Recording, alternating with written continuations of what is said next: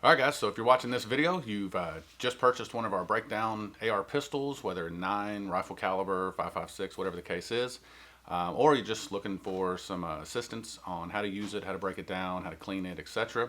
So what we're going to do is we're going to cover all that information in this video, how to take it down when you first get it, lube points, all that stuff. So without further ado, let's jump on the workbench and see what this looks like. Alright guys, so when you first get your weapon, you're probably going to pull it out of the bag and it'll be more than likely in parts and pieces like this. The reason why we do this is to prevent the dealers from tearing up the weapons before the end user gets them. So I'll show you kind of what that means here in just a second. But first thing you want to do as far as getting this thing put together, go ahead and fold your law tack just like that. And there's a button right there. That's what does the folding. Buffer and all that's back here on this end.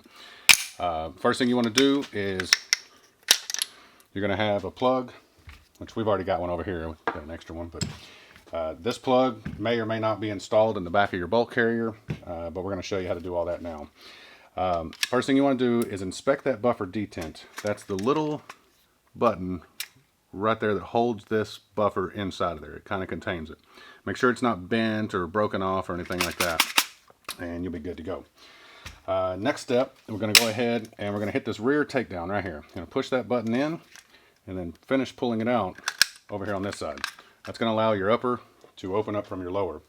Now you're going to take your charging handle, you're going to pull this back about halfway and insert your bolt carrier group in there with it. And it should look something like that. And then you're going to close it down and this thing put together. You've got your bolt carrier in.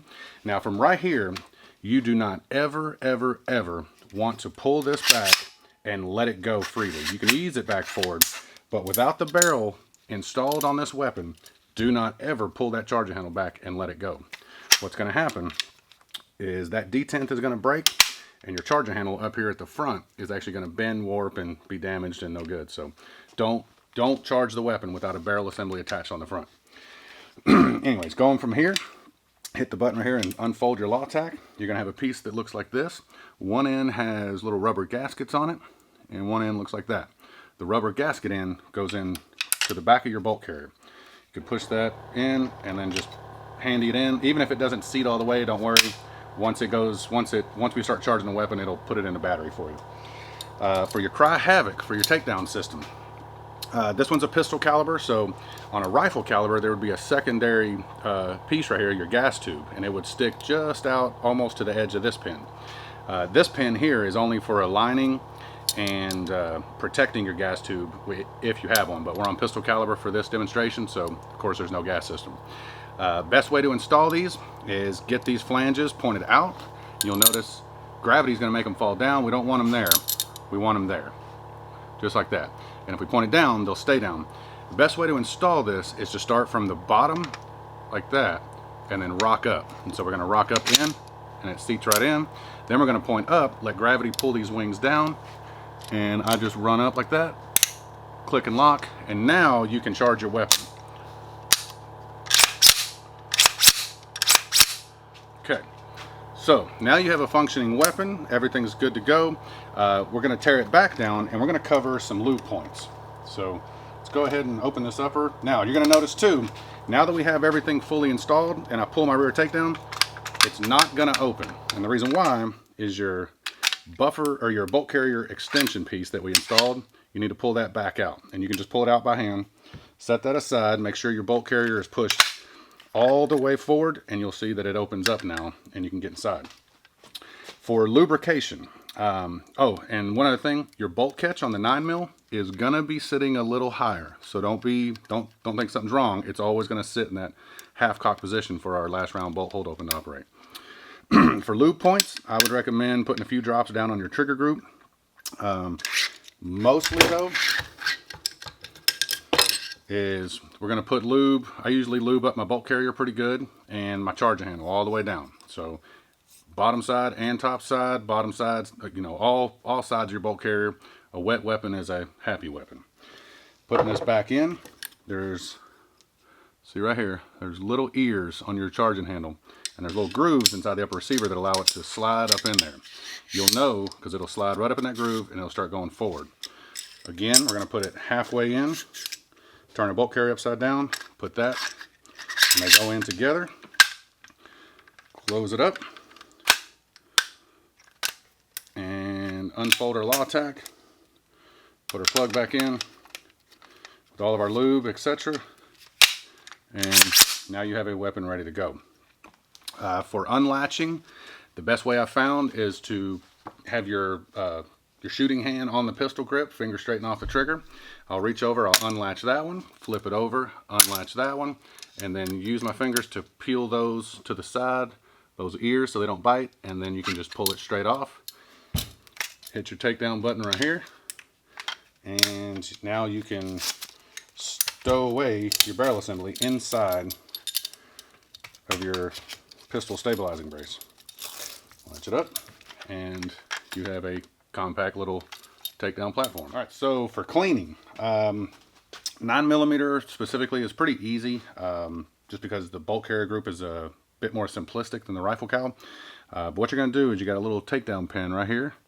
You can use your fingernail or you know, something small to grab it if you can't get hold of it with your fingernail. But anyhow, when you pull it out, be aware that on a pistol caliber bolt carrier, your firing pin is spring loaded. It's got a spring in there. So as I pull this out, you're going to notice that that firing pin is going to shoot out. And there it goes. And it should come out just like that. A spring. This should be all the parts that you'll ever really need to remove to clean this. If you really want to get in depth, you can knock that roll pin out and take your extractor out and clean all that. But for basic maintenance and all that on this, you really don't need to do that. Installing it back in, ensure you got your spring on your firing pin right there.